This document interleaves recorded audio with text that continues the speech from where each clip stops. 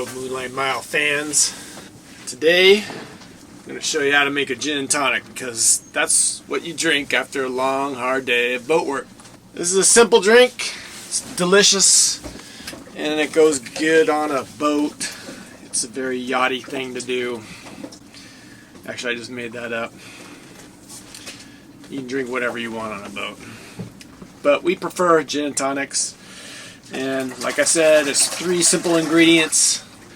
You got your tonic, of course, your finest gin, and limes.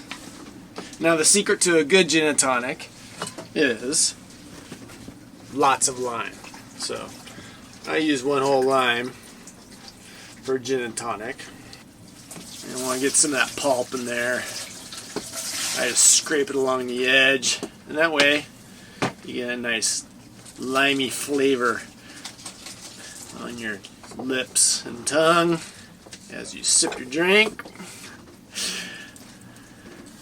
This is my first how-to video, so I'm keeping it simple.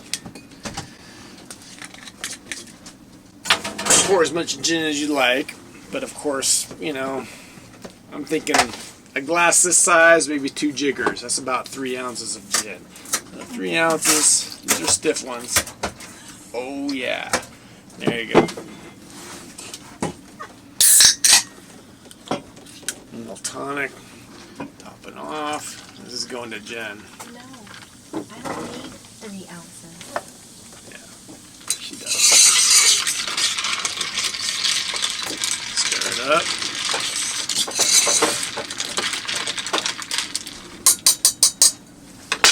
There you go, baby.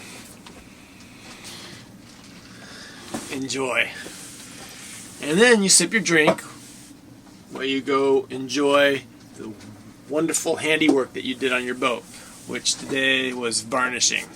So I'll take you out there, admire the shiny varnish.